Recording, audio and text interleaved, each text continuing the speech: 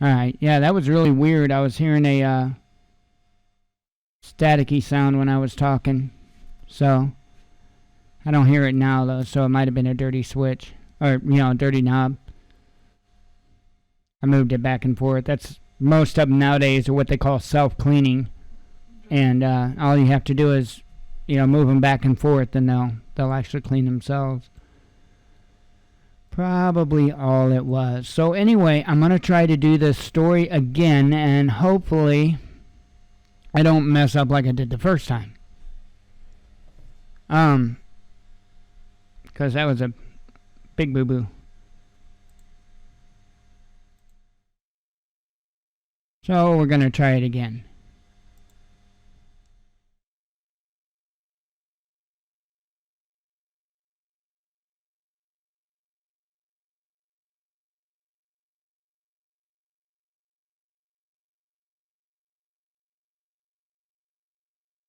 It is April 1st, 2016. This is the Watchman News, and I'm Mike Callahan. I would like this to be an April Fool's joke, however, it is not. Last Wednesday, we had a show with Dave Hodges, and Kathy Rubio and Dave Hodges were engaged in conversation to set Dave back a little bit. He was more or less put speechless. He stopped. He thought about some things. And it appeared that he connected several dots. He had since then written an article on Before It's News. I will put the link down in the description of this video because he's got other links in there that you can click and check into the information as well. The article is titled, "America Will Be Invaded from 7 Simultaneous Directions. The Red Dawn phase is ready to commence." This is the first of a 2-part series which will conclusively demonstrate that America will be invaded from 7 different directions. It is common knowledge among many insider sources that Obama has sold this country out. Additionally, Obama has facilitated one of the 7 legs of invasion with his recent trip to Cuba. Cubans will be a part of that invasion force. Additionally, I am in possession of new information which strongly indicates that the Red Dawn part of this invasion is almost ready to commence. In Part 1, I will be presenting this 7-part plan designed to conquer a weakened America. In Part 2, we'll cover the newest material on the unavoidable and inescapable fact that Red Dawn is real and very close to commencing. Many believe that Red Dawn will commence first, and then the other 6 theaters will follow suit. According to my sources, when Russian-led and backed forces attack the United States, the attack will come as the result of a 7-pronged strategy. Number 1. The Alaskan front will see the Russians attacking the lower 48 from Alaska after our most northern state is quickly overwhelmed. Number 2. The Central American front will witness a conglomeration of 33 Central and South American states, CELAC, which will combine military strike forces backed by Russian military supplies, weapons, technology, and strategy. These forces will push north through Central America and will attack America from the south. Number 3. The Southeastern Front will witness an amphibious invasion followed with the successes of the first 2 fronts in which major American military assets will be deployed away from the southeast to defend against the scissors attack from the America's northwest and the southwest. Number 4. In a secondary and delayed attack, Chinese forces embedded in American ports, an example, Long Beach, who have entered the country in cargo ships, will be unleashed to attack key military bases in California.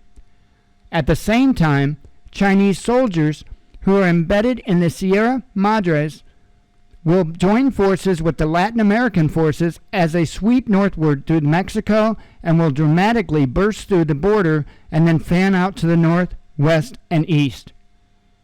Number 5. The 5th part of this attack, the 5th column, will be carried out by terrorists who have already gained entrance into the United States. Key assassinations and critical infrastructures sabotage will be carried out by these forces. Number 6. Russian forces will come out of the Arctic and sweep down through Canada and will attack the U.S. through Minnesota.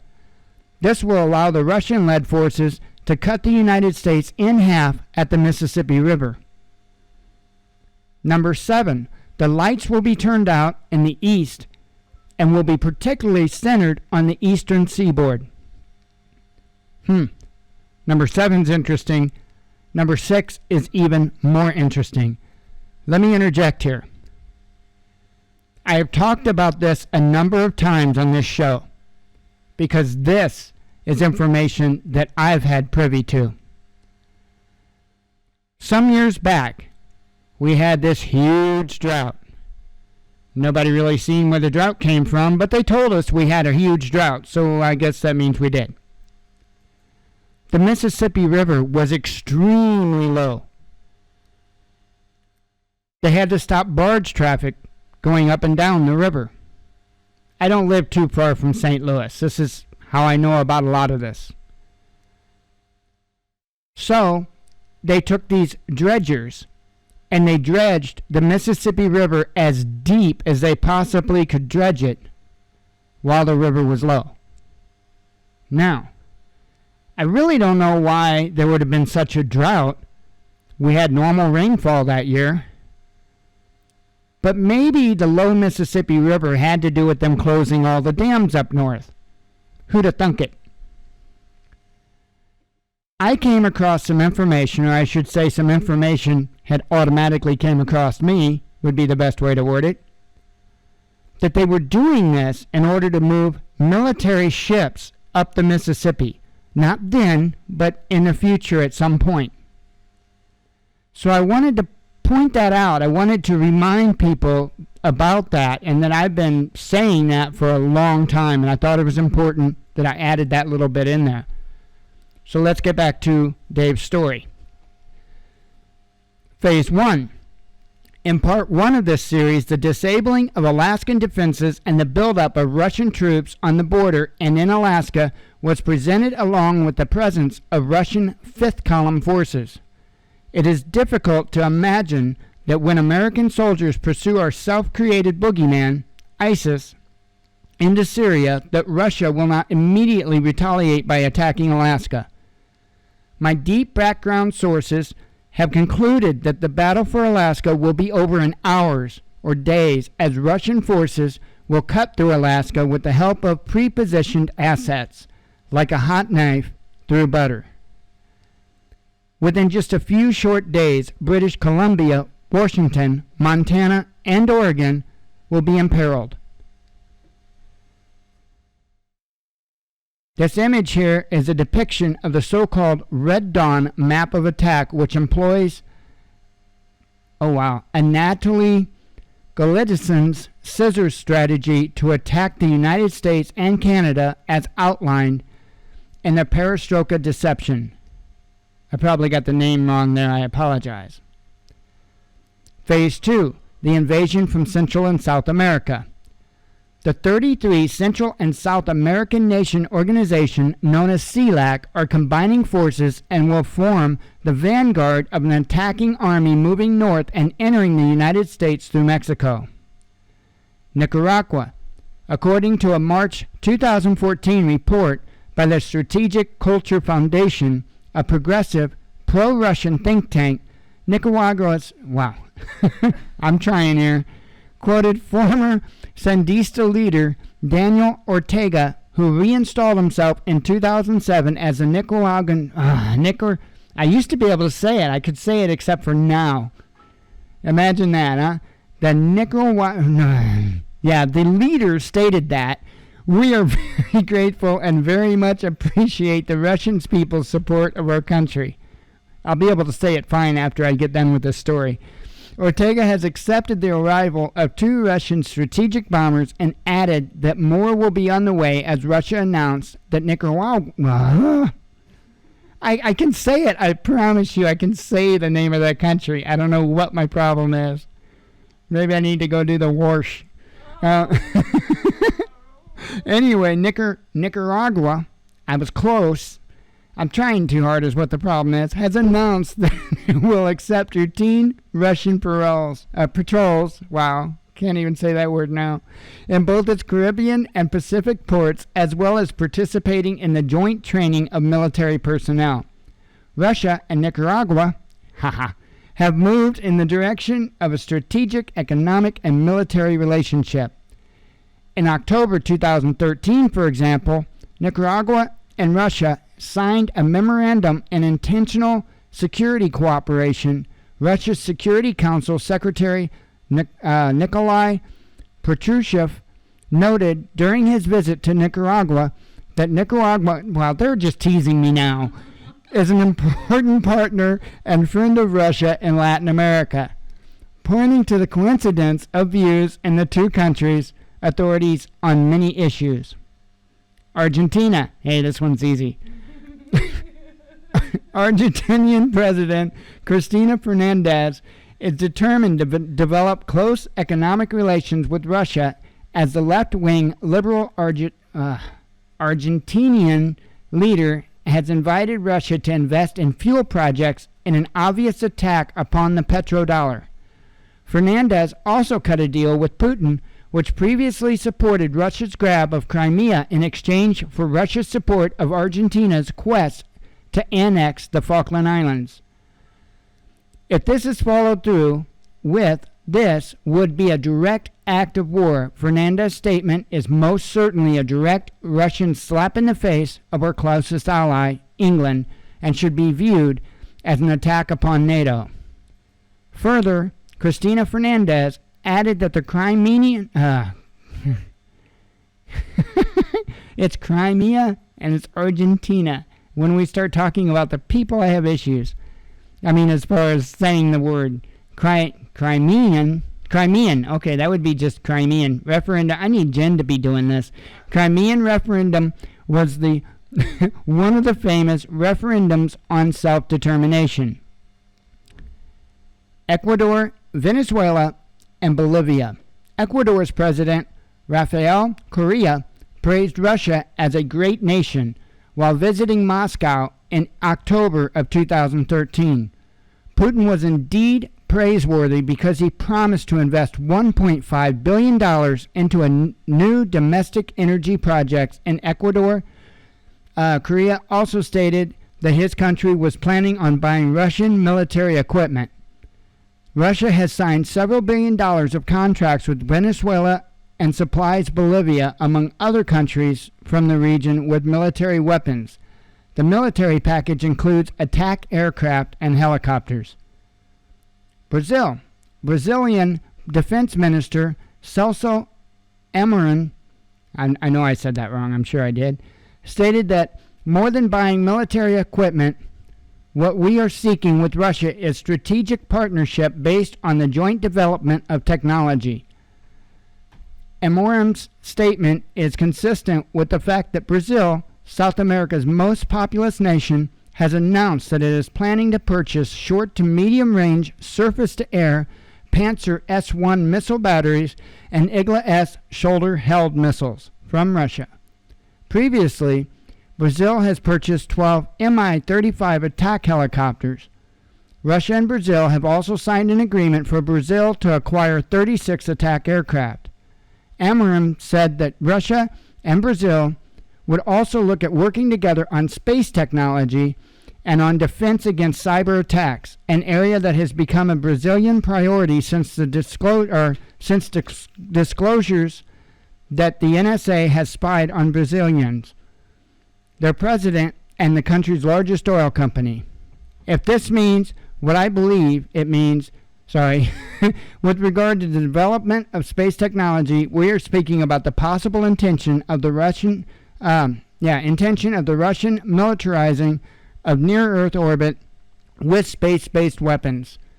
Brazil is also one of the BRIC nations who is actively participating with Russia in the demise of the petrodollar by purchasing oil for gold instead of the time-honored practice of the petrodollar. El Salvador and all of Latin America. El Salvadorian President Sanchez Cerén has signed an agreement with Putin entitled Federal Law on Ratification of the Agreement of the Foundation of Relations, which pledges economic and military cooperation. Cerén, I'm not sure how that would be pronounced, is a self-declared Marxist-Leninist and is considered to be very anti-American. Leaders from the Community of Latin American and Caribbean States, CELAC, and Russia declared their intention to establish a means of continuous dialogue to discuss and synchronize positions on international issues. CELAC includes 33 countries in the Americas, but the United States and Canada are excluded. This is the breeding ground of a Red Dawn scenario. What did the 33 nations of CELAC discuss behind closed doors last year? When they purposely excluded the U.S. and Canada? It is quite clear that the nations in our own backyard have forsaken us in favor of joining with the Russians. Phase 3, the Southeastern Front, Cuba and the rebirth of the Cuban Missile Crisis. Pravda quotes Putin as stating that Russia has obtained the consent of the Cuban leadership to place the latest mobile strategic nuclear missiles on the island. Recently, the Russians surprisingly docked a Russian spy ship in Havana. This is the Cuban Missile Crisis revisited. My sources are adamant that Cuba is being militarized by Russia as I write these words. Cuba, along with the deployed Russian troops and troops borrowed from fellow Latin American countries, will form the center of the invading army that the Southeast, along with the support of the Russian Navy and Air Force. Phase 4. Embedded Chinese soldiers in West Coast ports. Since 1997, Chinese officials have bribed and bought off senior American government officials, particularly in the Clinton administration. Part of the bribes including the selling of Long Beach port to the Chinese, along with the loss of nearly 18,000 American jobs. Multiple military sources around the country have quietly warned about the growing menace posed by the buildup of Chinese communist forces in many of our California ports now controlled by the Chinese. The Bundy BLM affair was also symbolic of this buildup. The solar energy deals that were put into place by Senator Harry Reid were done in conjunction with the Chinese energy companies run by the Chinese military. All personnel manning these planned plants would be affiliated with the Chinese military. This includes the inland ports, an example, Kansas City, which are controlled by the Chinese courtesy of the treasonous trade agreement we call NAFTA. Phase 5, the fifth column. After these ads. Oh, wow. I guess that will be, oh, wait. Nope, sorry. I didn't realize there was a second page here. Sorry. So here's phase 5, the fifth column. The fifth column, designed to sabotage critical infrastructure and carry out key assassinations of resistance figures in the media as well as cooperative or uncooperative politicians, was mostly put into place last summer during the immigration crisis, which was used as a cover to embed these forces inside of the U.S. Not gangsters, but terrorists armed with WMDs. There is incontrovertible, and what word would that be, dear? Yeah, that's what I thought. Evidence. Yeah, I know. I've never heard that word in my life. Evidence that criminal drug cartels like Los Zetas, what? You've heard it? Have not only used MS-13 gangsters as hitmen and child sex traffickers, but so has the Juarez cartel and the Barrio Azteca to enforce their will. But Los Zetas also conducting training in parts of Central and South America and have been allowed MS-13 gangsters to lead in operations when El Comandante Kilo operated in San Fernando on behalf of Los Zetas. The training consists of two parts, military training and assassination. In plain corporate language, the Mexican drug cartels are outsourcing paramilitary activities such as assassinations and terrorism.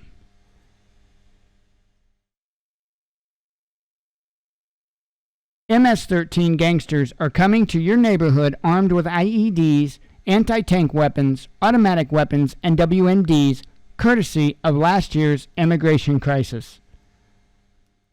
Paul Williams, a former FBI consultant, wrote a book shortly after 9/11 and stated that reliable reports had reached United States officials and that al-Qaeda operatives were able to get at least 2 nuclear suitcase bombs into the United States. Now, I'm not sure if it's going to talk about this in here. I didn't realize there was a second page. But there were a bunch of like 50 suitcase nuclear bombs missing from the USSR from the USSR right when they split up. I'm kind of curious if that's 2 of the particular weapons they're speaking of. Anyway, Williams went on to state that bin Laden had previously used his vast wealth derived from control of Afghanistan's poppy trade to pay off the high-ranking MS-13 leaders.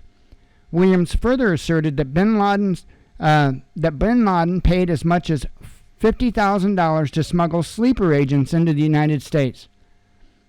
I don't think they'd need all that. Williams is not alone in this belief, as the author of Because They Hate, a survivor of Islamic terror warns America. Bridget Gabriel stated that there are terrorists coming through our southern border due to the cooperation and joint efforts of MS-13 and Hezbollah that are intent on introducing a Hiroshima event on American soil. A very disturbing and recent report from the International Assessment and Strategy Center stated that MS-13 is moving away from handguns and to the use of AK-47s along with grenades, rocket-propelled grenade launchers, and light anti-tank weapons.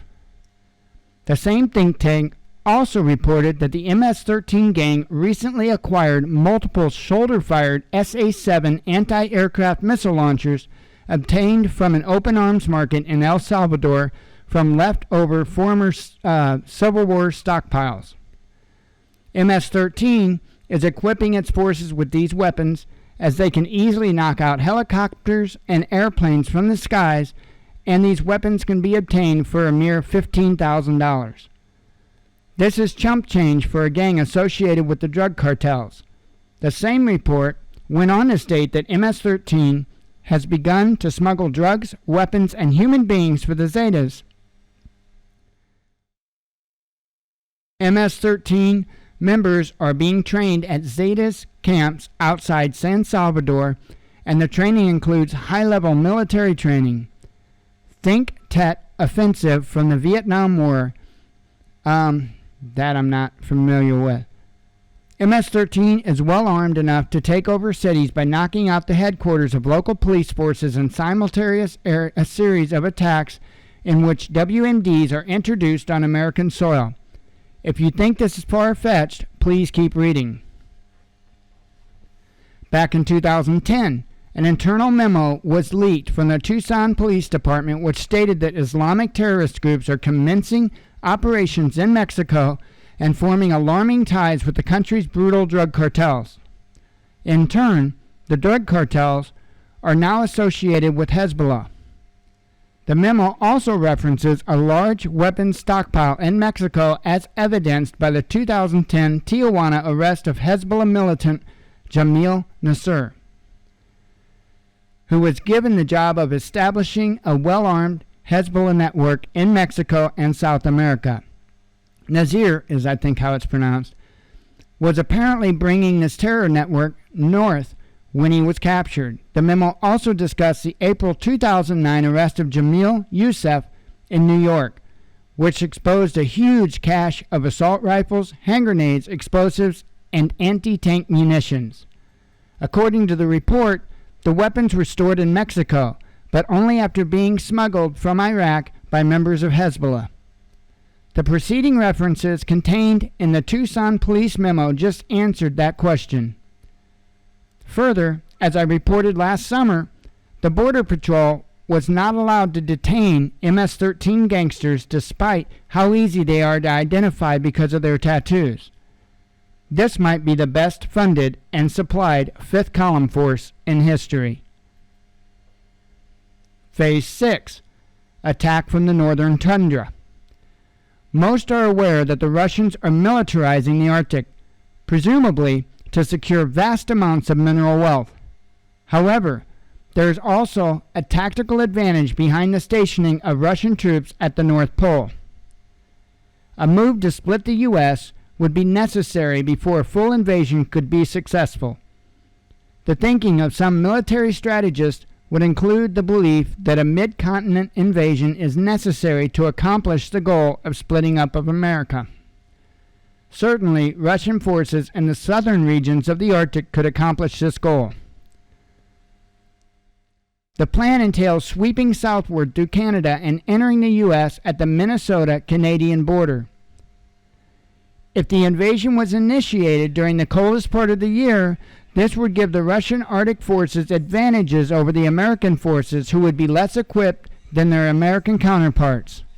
This phase gives some hint as to the time of the year that we could see the commencement of the attack upon the United States. The winter would provide the best cover for invading Russian forces from both the northwest and from due north. Phase 6 is designed to move south and southeast to secure the eastern bank of the Mississippi River and effectively cut the U.S. in half. Phase 7, turning out the lights on the northeast. Grid X2 allowed Russians and Chinese military to participate in the simulated takedown of the grid. In October and November of 2013, I expressed extreme outrage at the fact that President Obama was allowing our enemies, the Communist Chinese and the Russians, who had both threatened to nuke the U.S. several times over Syria, to participate in the Grid X2 drills in November of 2013.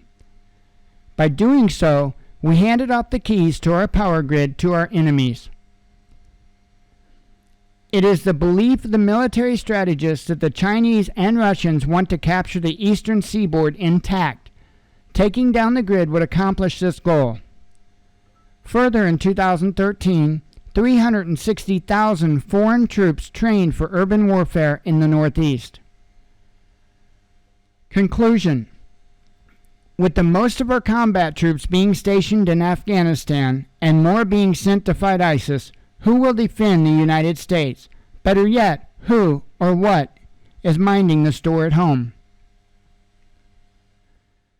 So there you have it. Once again, I will put the link down into the About tab, or in the description tab of this video, so you can go and read it. Click on the other links that he provided.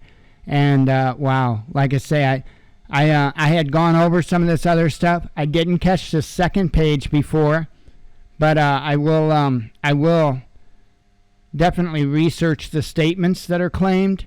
But I do know about the other events like Grid X2 and stuff like that, because I covered that and kept a close eye on that as well. So there you have it. That's the article from Dave Hodges. It's a lot to take in, that's for sure.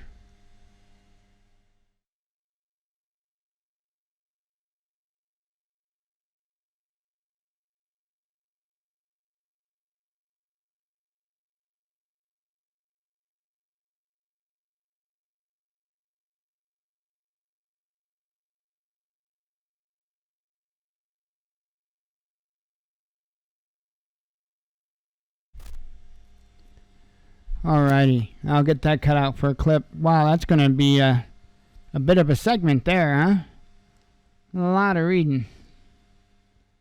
Let me get another video going for you real quick while I catch my breath. This is Next News Network with an article. Harvard researcher says nuclear attack not far-fetched.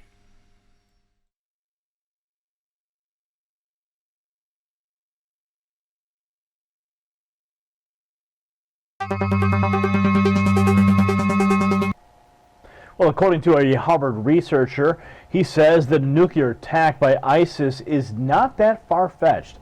In the wake of the recent Brussels attacks, authorities discovered that the bombers were in possession of surveillance footage of an expert at a nuclear research facility. In another incident at a security guard at Belgium's National Radioactive Elements Institute, a researcher there was found murdered. A guard was found murdered. Now, taken together, he writes, that these incidents point to a terrorist group's interest in either causing a nuclear meltdown or obtaining nuclear material to make a dirty bomb. Now, this article here is from Sputnik News, and it says here, according to Matthew Bunn, the co-principal investigator at the Project on Managing the Atom at Harvard's Belfer Center, the second scenario is far more plausible. Quote, radiological materials are available in many locations where they would be much easier to steal, in hospitals, industrial sites, and more. Bunn wrote this in an upcoming blog post obtained by defense1.com. They state here that by reconfiguring these materials into a conventional bomb, terrorists could poison an area with nuclear radiation. While this would not cause the same level of devastation as an atomic weapon, it would still create the lingering contamination that would last well after the initial blast and greatly increase the danger to any first responders. So talk of dirty bombs has often been thrown around a lot, and sometimes it's used to drum up more support for legislation or to justify more wars. Certainly in the wake of Belgium,